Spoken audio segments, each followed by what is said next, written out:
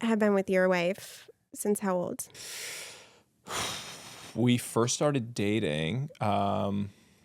She had just turned 15 and I was 16. Did you go all the way through? You've Yeah. never broken? Okay. No. I have somewhat similar-ish. Yeah. I met my husband at 14. We dated on and off through high school. Yeah. Broke up, and I've been with him since I've been 21. So not high school sweetheart, but from high school. Yeah. How? I mean, not without its struggles. Like, what's the thing that now, what it's been like 18 years? Yeah. It's been 18 years. What's the thing that you keep coming back to in moments of struggle? Because we've just changed. So, I mean, when you've been together that long,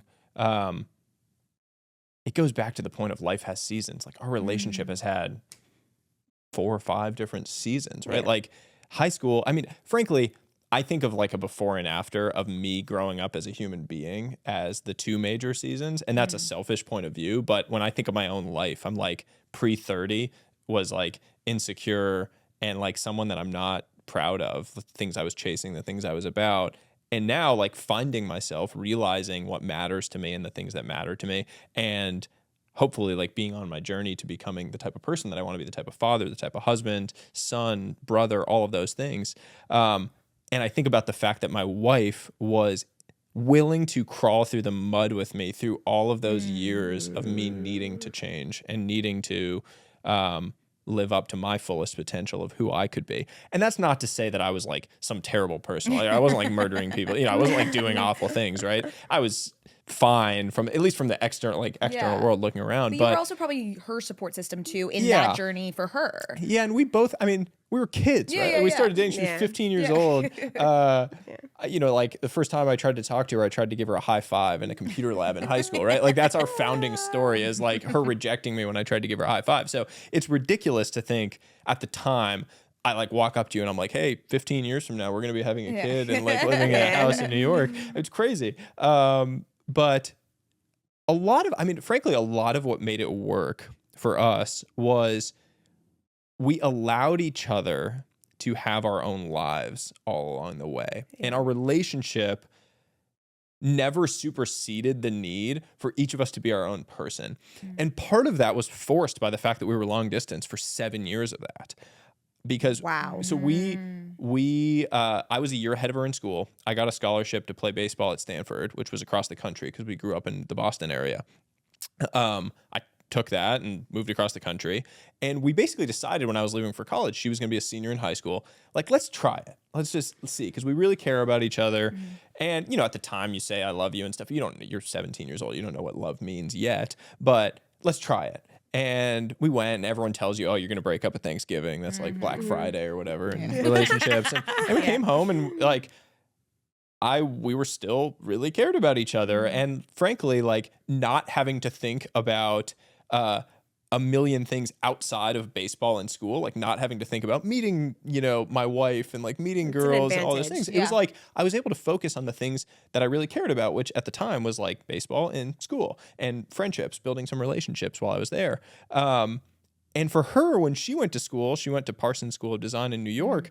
She was able to really focus on the thing that she really cared about, which was learning that skill and learning, a new trade and really delivering against that. And so while we were long distance, it sort of gave us like the headspace and the space to really build up who we were as individuals, while still being, we still talked every single day and we came together probably no more than once a month, just given the distance.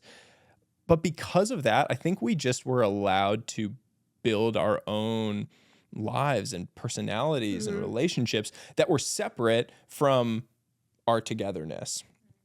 And, like I saw a lot of friends who went to school with their person that they were in a relationship with, and then eventually it sort of ground on them that they only had a life that was tied to their relationship. They only had friends that were their like couple friends. They only had, things they did together. There was no separate lives. And for us, we always had those separate lives. And so even now, like we allow each other to thrive in our own separate lives. And then we come together and it's like the 1 + 1 = 3. That's exactly like me and my fiance. Same. It's been 8 years and we were together all our 20s. And like, it was like we were both kind of supporting each other through those like turbulent confusion and having those completely separate lives. Like even today, he just got a job that requires him to travel from Tuesday to Thursday every week. People are like, how could you do that? I told you it's going to be the best thing for your relationship. Fucking great. Yeah. Like, it makes me miss him. It's like, also, what do you think I'm doing? Just sitting around all day, like waiting for him to come home? Like, what the fuck? Like a puppy at the door. Like, it's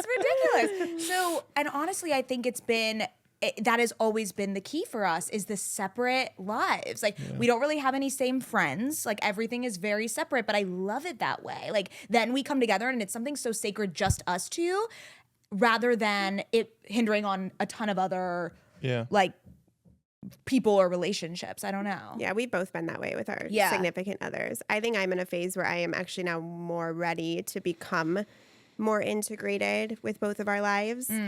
My husband's been getting a PhD for 6 years, and that is a very separate track, right? In what field?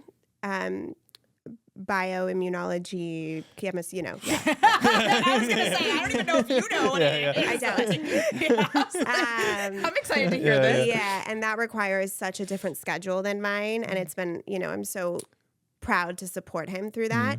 And now I'm like, I'm ready for us to be a little more on the same, like having the same life-ish, because we've always had our separate things going. But I do think it is so different seasons and so important. Yeah, different seasons. Yeah, I mean, the other thing that I learned early on, and that I'm really glad I learned early on, is that